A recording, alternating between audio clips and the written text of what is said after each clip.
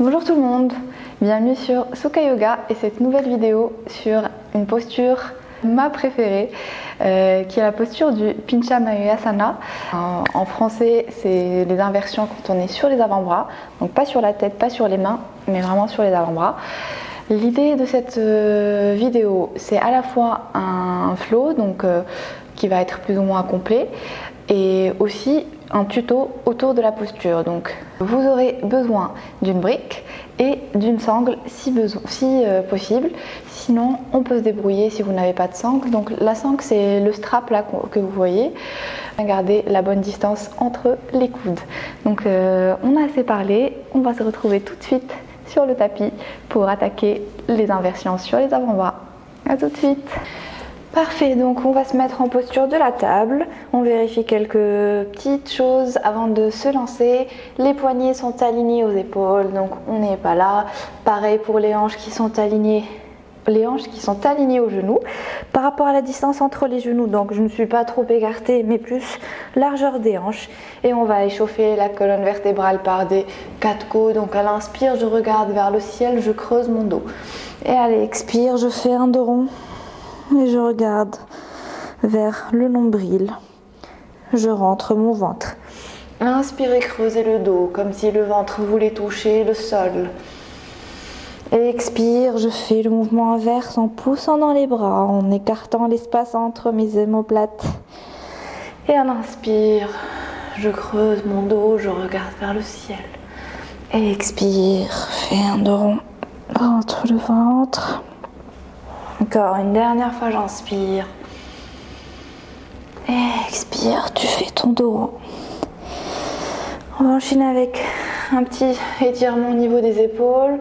Échauffement aussi parce que c'est vraiment une partie clé de la posture du Pincha. Donc ici à l'inspire, je vais lever le bras droit vers le ciel. À l'expire, je ramène ce bras sous l'aisselle gauche et je pose mon épaule au sol. L'autre bras est plié. Je pousse et j'inspire, je lève vers le ciel. Expire, ramène sous l'aisselle, pose l'épaule au sol.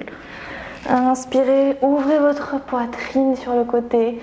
Allez, expire, ramenez votre épaule au sol. Une dernière fois, j'inspire, je lève vers le ciel. Et à l'expire, je reste ici, épaule au sol. Je peux aussi tendre l'autre bras vers l'avant. Fermez ici quelques secondes vos yeux. Sentez vraiment l'étirement au niveau des deux épaules. Respirez. Délicatement poussez dans les mains pour revenir en posture de la table. Et attaquez l'autre côté. J'inspire, je lève le bras gauche vers le ciel. Expire, ramène l'épaule sous l'aisselle opposée. Inspire, lève le bras vers le ciel. Expire, ramène l'épaule, pose tout au sol. Inspire, lève vers le ciel. Expire, je croise sous mon aisselle. Une dernière fois, j'inspire. Et à l'expire, je pousse tout, je reste là. Je peux tendre le bras opposé. J'essaie de tourner davantage, de regarder vers le ciel. Mes deux pieds restent par terre. Parfait, délicatement, je pousse sur le bout des doigts pour revenir en posture de la table. À partir d'ici, je vais tendre les bras vers l'avant de cette manière-là et puis avancer quelques millimètres ou quelques centimètres vers l'avant de mon tapis. L'idée est de poser mes avant-bras au sol, de pousser mes fesses vers le ciel. Je regarde ici comment ça se passe. Si déjà je sens que ça tire trop au niveau des épaules, je pose mon front et je relâche. Si je sens que je peux encore aller un peu plus, je pousse davantage ma poitrine vers le sol et je viens poser l'intégralité de mes bras au sol. Désolée pour le micro là qui s'écrase. Je reste ici. Respirez. Délicatement, remontez en posture de la table. Donc ce qu'on vient faire ici, c'est une ouverture des épaules. Ce qu'on peut faire de manière un peu moins poussée, c'est en utilisant les briques. Donc si vous avez les briques sous la main, vous pouvez essayer. Moi j'en ai qu'une seule. L'idée, c'est de poser la brique de cette manière-là, les deux briques côte à côte, puis poser son triceps ici, et puis venir étirer de cette manière-là, bien sûr en faisant les deux bras à la fois. Voilà. On peut aussi, une autre variation, faire la même chose en utilisant le mur. Vous pouvez faire pause pour si vous avez bien aimé l'étirement avec les briques, avec le mur. Donc c'est à peu près le même principe. Je viens poser mes mains à plat. C'est à peu près la longueur de mon bras. Et puis à partir de là, je ramène ma poitrine vers le mur. Je n'hésite pas à monter mes mains un peu plus haut vers le ciel jusqu'à vraiment sentir un étirement au niveau de mes épaules, une ouverture. Je ne force pas trop, j'y vais petit à petit, surtout si je n'ai pas l'habitude de faire ce genre de mouvement d'ouverture des épaules. Je reste à l'écoute de mon corps. Les épaules sont vraiment une articulation assez fragile, assez complexe, donc on en prend soin. Et puis le travail se fait graduellement. Si vous n'avez jamais fait de pincha de toute votre vie, sûrement ce n'est pas aujourd'hui que vous allez le faire, mais à force de pratiquer. Et d'où l'idée de ce flow. Parfait, donc on a un peu travaillé la souplesse, l'ouverture au niveau des épaules. Là, on va enchaîner avec un mouvement qui englobe à la fois les épaules, force des épaules et la sangle abdominale. Donc, on va se mettre en posture de table inversée. Donc, on est de cette manière-là, assis sur les fesses, les genoux, les jambes pliées. Ensuite, les mains sont, les doigts font face à l'arrière de mon tapis. Je pousse dans les bras pour monter mon bassin. J'écarte un peu plus mes mains et à partir de là, je vais venir ramener mes fesses entre mes mains et mes fesses ne touchent pas le sol. Inspire, monte le bassin. Expire, descend. On forme un angle droit entre le buste et les jambes. Inspire, je monte. Expire, bassin. Inspire, monte. Si je sens que ça fait mal au poignet, je peux utiliser mes briques. Faire la même chose, mais cette fois en m'appuyant sur mes briques. À vous de voir. Je fais ça encore quelques fois, ça doit d'ores et déjà commencer à chauffer. Je serre bien mon ventre. Je gagne bien ma sangle abdominale. Encore 2 fois. Et je relâche. Ok. Bon. Ce n'est que le début. On a besoin de travailler les fondements, d'avoir une sangle abdominale et des avant-bras assez forts, d'où l'idée de posture assez dynamique et puissante comme celle qu'on vient de voir. On va attaquer avec le must-have, donc la posture à vraiment ne pas négliger si on veut travailler sur les inversions sur les avant-bras, c'est le Dolphin Dog. Alors, avant de passer au Dolphin Dog, on va d'abord commencer par le Dolphin Plank. Donc, l'idée, c'est de faire une planche, mais sur les avant-bras. Vous avez sûrement dû faire ça une fois ou deux ou plus dans votre vie. On se met sur les avant-bras. On a un angle droit ici. Les coudes sont alignés aux épaules. On essaie d'avoir les avant-bras parallèles. Sinon, je peux aussi venir croiser les mains de cette manière-là.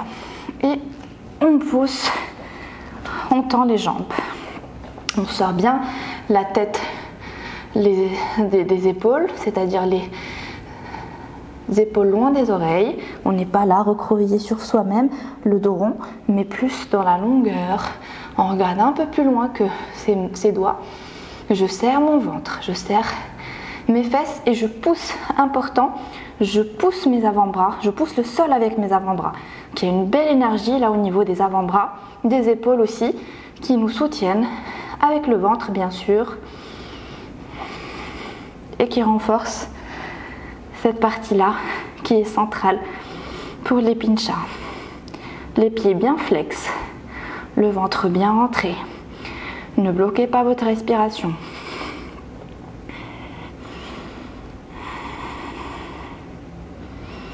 J'essaie vraiment de ne pas ouvrir mes coudes vers l'extérieur. Parfait, relâchez vos jambes, vos genoux au sol et venez prendre votre posture de l'enfant. Fesses sur les talons, ventre sur les cuisses, front au sol. Les bras sont tendus loin devant. Récupérez ici quelques secondes. Petit break avant d'enchaîner avec le Dolphin Dog. Quand vous êtes prêt, sur le bout des doigts, vous déroulez votre colonne vertébrale et on attaque pour le Dolphin Dog. Toujours le même principe. Nous sommes sur les avant-bras. Soit les avant-bras sont parallèles, soit je viens croiser mes doigts. Et à partir de là, donc je commence en planche. Et là, par magie, je viens marcher mes pieds vers l'avant de mon tapis. Et important, je ne laisse pas ma tête descendre, mais je reste fort et stable sur mes avant-bras et mes épaules.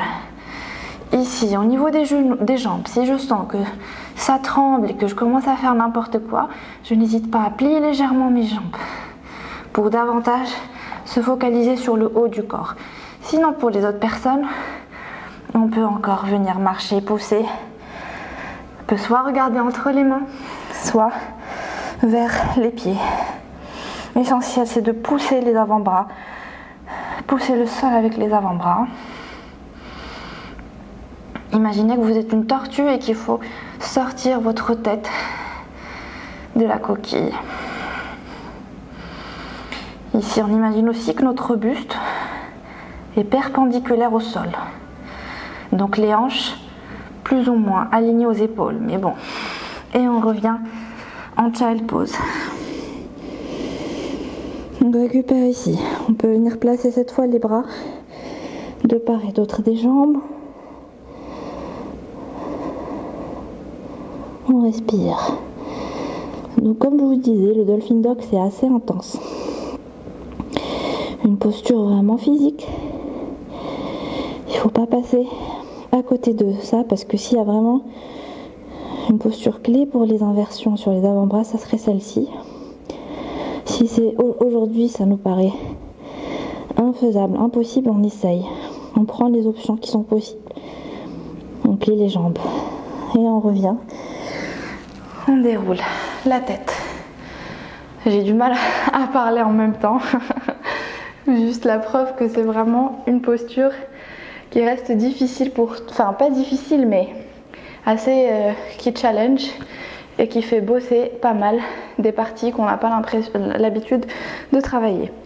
On va refaire le Dolphin Dog, cette fois en utilisant la brique pour mettre l'attention sur un autre point, qui est les coudes.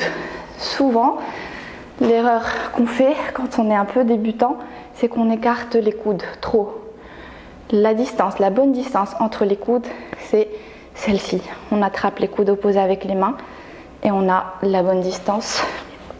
On a tendance à écarter un petit peu les coudes vers le côté. Donc, au lieu que ça soit ça, je vais être comme ça. Et ça, c'est pas bon parce que c'est juste la base de votre fondation qui va s'effondrer. Du coup, astuce, on en a deux. On peut utiliser la brique, la placer de cette manière-là, entre le pouce et l'index. De cette manière-là, ça peut nous obliger un peu à garder vraiment cette force entre les coudes et les triceps qui vont venir se rejoindre et non pas s'écarter. Et on va y aller pour le Dolphin Dog. Alors, donc on commence là et on vient marcher petit à petit les pieds vers le tapis. Donc si ça tire trop au niveau des jambes, je n'hésite pas à plier. Mais l'idée c'est vraiment de pousser le sol avec mes avant-bras, avec mes épaules. Je respire.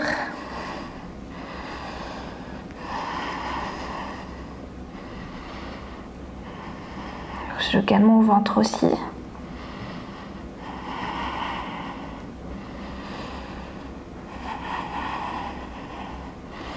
Et je relâche. Ok, on récupère quelques secondes pour passer à la suite.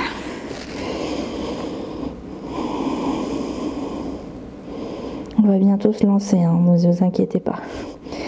Mais vraiment, le travail préparatoire est très très important. Et pas seulement aujourd'hui lors de ce flow, mais ça va se faire sur la durée et à la longue. Alors ici, je vous invite, si vous avez une sangle ou un strap sous les mains, à former une boucle de cette manière-là avec votre sangle. Et cette boucle doit être équivalente à la distance de votre coude quand vous les attrapez de cette manière-là. Voilà. Si vous n'en avez pas, ce n'est pas la fin du monde. La petite astuce de la brique, en commençant bien sûr par mesurer la distance. Donc j'attrape mes coudes et je pose mes coudes au sol en gardant la même distance. Donc là, on va refaire la même chose, le Dolphin Dog, mais cette fois, on va lever une jambe, la reposer et puis faire l'autre. Si c'est pas très clair, la suite vous éclaircira. Alors, donc, on a la sangle entre les coudes, on a la brique aussi, et on vient marcher jusqu'à arriver au maximum. Et là, on monte une jambe et on est sur la pointe des pieds de l'autre jambe qui est au sol. Et là, j'essaye de bien flexer ma jambe qui est en l'air, de tendre et de ne pas me laisser s'effondrer au sol. Et je reviens, je repose. Je fais la même chose de l'autre côté. J'inspire, je gaine mon ventre, je pose les avant-bras, le sol avec les avant-bras et je lève ma jambe vers le ciel. Et je reviens. On refait l'autre côté.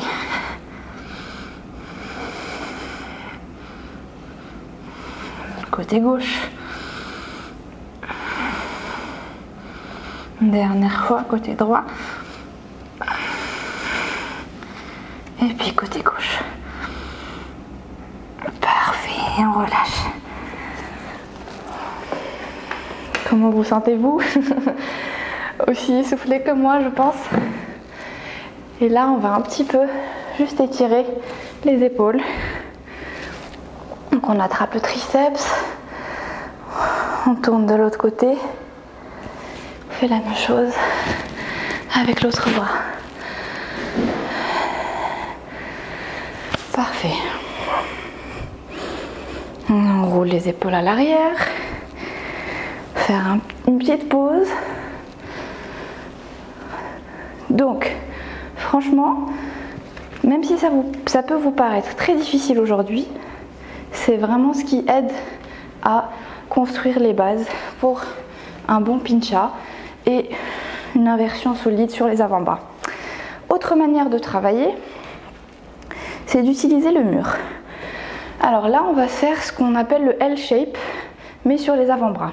On peut garder ici la brique, on peut garder le strap aussi. L'idée, c'est vraiment, on va d'abord venir s'asseoir de cette manière-là pour déterminer la distance que je dois avoir par rapport au mur. Je pose mes mains à côté des fesses. Là, j'ai la bonne distance et je garde exactement cette position-là pour placer mes avant-bras. Je peux avoir ma brique aussi. Donc là, l'idée, c'est de monter ici les jambes qui doivent être parallèles au sol.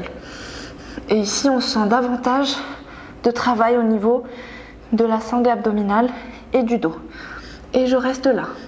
Je peux aussi essayer de tendre une jambe puis l'autre. De cette manière-là. Ça peut être un peu flippant. Mais n'oubliez pas qu'il vous reste une jambe contre le mur. Et je joue avec les deux jambes. Je respire surtout. Et je relâche. N'hésitez pas à faire pause, à souffler un petit peu parce que on sollicite vraiment beaucoup les avant-bras. Normalement, c'est un peu rare qu'on enchaîne un petit peu ces postures-là. Mais l'idée ici de vous montrer le maximum d'options possibles pour travailler. Et bien sûr, la dernière option qui reste, pour tenter de rester en équilibre sur les avant-bras, c'est de le faire face au mur et d'essayer de prendre de l'élan en kickant légèrement. Bien sûr, l'idée n'est pas de se retrouver de l'autre côté, mais ce que je veux dire, c'est qu'il faut rester dans la maîtrise du mouvement. Même si on prend un petit peu de l'élan, il faut rester conscient du mouvement qu'on fait. Donc l'idée, on attrape les coudes opposés, on place les avant-bras limite contre le mur et on va venir utiliser les mêmes étapes que pour le Dolphin Dog. D'abord, je tends les jambes, je viens marcher les pieds vers l'avant de mon tapis. Quand je suis au max, là je vais prendre ce fameux élan dont je vous parlais.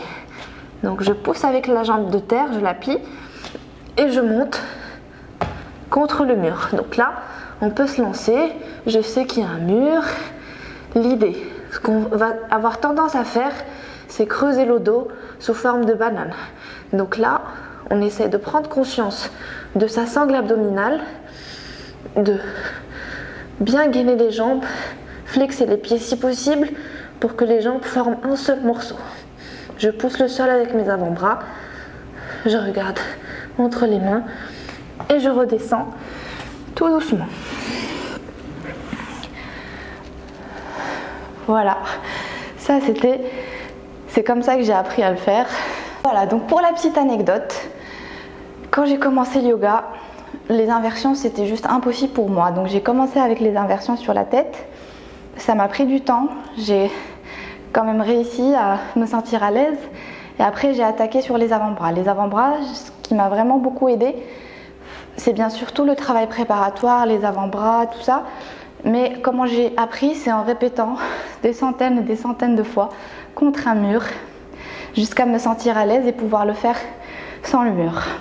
Donc, à vous qui me regardez derrière votre écran, on ne désespère pas. On essaye, on pratique, on est consistant dans notre pratique et la clé de la réussite, bien sûr, c'est la répétition et la pratique. Donc, on va juste le refaire une deuxième fois pour le fun. Peut-être sans le mur, mais vous pouvez utiliser le mur. On prend la bonne distance entre les mains, on pose les avant-bras. Il y a aussi une autre option, c'est de croiser les mains. À vous de voir, chacun sa préférence, chacun comment il se sent. Moi je sais que j'aime bien avoir les mains à plat au sol, mais peut-être que ça ne sera pas le cas pour vous. Ok, donc à partir de là, on est en Dolphin Dog, on vient marcher le maximum. À partir de là, on kick. Hop. Voilà. J'imagine que mes jambes forment un seul bloc, comme si j'étais vraiment en gainage, ce qu'on a vu en Dolphin Plank. Je respire et délicatement, je repose au sol. Prenez votre child pose.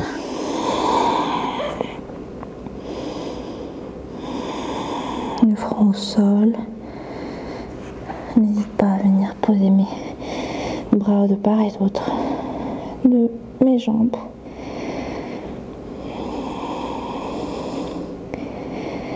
La nuque peut être un petit peu tendue.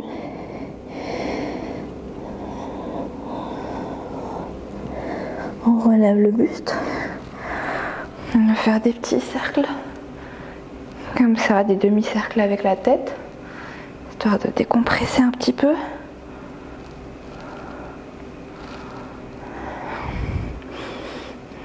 Ok, et puis je viens me placer sur le dos. Je vais venir utiliser le mur. Placez vraiment les fesses contre votre mur. Donc je me rapproche le plus possible et je viens tendre mes jambes. Ici les bras sont peut-être à l'horizontale, peut-être en croix. À vous de voir, vous faites comme vous le sentez.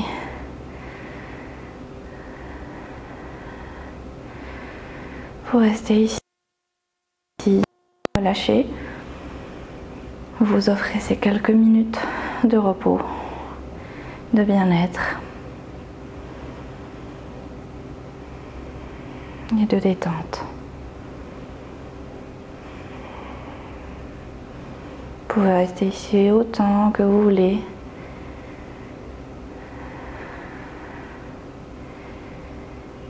Quant à moi, je vous retrouve très bientôt pour des prochaines vidéos. N'hésitez pas à vous abonner et à partager autour de vous.